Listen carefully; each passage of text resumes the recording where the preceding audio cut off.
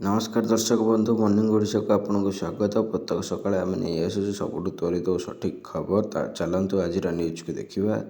प्रथम आसूँ विधानसभा महानदी जाति महानदी जल विवाद नहीं बीजेपी सरकार को टार्गेट कर सरकार आभिमुख्य नहीं हुलस्थुल विधानसभा मंत्री उत्तर विरोधी नाखुश। महानदी जल विवादर समाधान पर राज्य सरकार आंतरिकता नहीं। महानदी को नहीं आलोचना पर आलोचना हेले फल शून्य बाहरी। काली महानदी उपर आलोचना हेबो बोली संसदीय व्यापार मंत्री मुकेश महालिंग कहिसेंती। परवर्ती खबर भारत में रूस राष्ट्रपति व्लादिमीर पुतिन स्वागत कले प्रधानमंत्री। भारत में पहुंचते रूस राष्ट्रपति व्लादिमीर पुतिन। नुआदिल्ली पालामा विमान बंदर में पुतिन पहुंचा पर प्रधानमंत्री नरेंद्र मोदी स्वागत करथिले।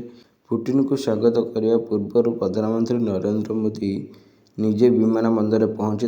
पुतिन को ओह्लाइबा मात्र रेड कार्पेट बिछा जाइथिला।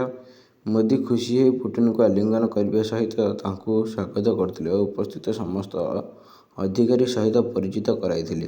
परवर्ती खबर प्रहसन पलटि मुख्यमंत्री पोषण योजना। प्रहसन पलटि राज्य सरकार पोषण योजना। बाकी सौदारे चली खाद्य बंटन सुविधार वंचित 10 लाख छात्र छात्री। 8 मास पूर्व मुख्यमंत्री पोषण योजना आरंभ करते। नवम दशम पिला प्रथम थर पर मध्याह्न भोजन देते सरकार। हेले एबे बाकी सौदारे चली योजना आगक अनुदान न आसिले योजनार भविष्य अंधार को ठेली हो। केवल एतिकी नुहे प्रभावित हेबे राज्यर 10,81,381 छात्र। जदि चैनल नुआ चैनल सब्सक्राइब करें। चैनल सब्सक्राइब करूँ बेल आइकन ऑल सेलेक्ट करें जहाँफल कि डेली न्यूज आपड़ पाइपर।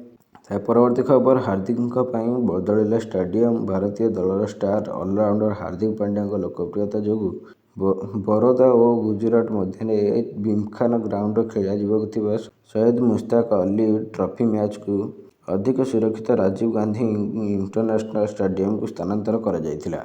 परवर्ती खबर कुहुड़ चादर तले कंधमाल पारद तलमुहा होइछि। पारद तलमुहा हेबा द्वारा स्थानीय अंचल में पुणी थे शीत प्रकोप बढ़िबार लगी। किछि दिन व्यवधान पुणी थे पारद तलमुहा होइछि। गतकाली पारद 9.8 थिबा बेले आज सर्वनिम्न तापमात्रा 10.1 डिग्री पहुंची रेकर्ड करिछि कृषि वैषयिक गवेषणा केन्द्र और भारतीय पाणीपाग विभाग। परवर्ती खबर बैडमिंटन चैंपियनशिप चमकिले ओडिया खेलाड़ी स्वाति निमित्त। भुवनेश्वर स्थानीय कलिंग स्टेडियम परिसरस्थ डालमिया भारत गोपीचंद बैडमिंटन उत्कर्ष केन्द्र में आयोजित 37तम जातीय सब जूनियर बैडमिंटन चैंपियनशिप चतुर्थ दिन में उभय बयस वर्ग समस्त विभाग सेमिफाइनाल लाइन चूड़ांत हो जाइछि।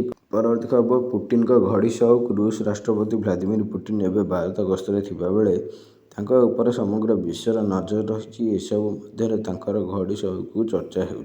रूस राष्ट्रपति महंगा घंटार जड़े प्रशंसक। कहुए पाखे घड़ी कलेक्शन दर्शाई संपत्ति ठारू अधिक। घड़ीर मूल्य 48 लाख टंका।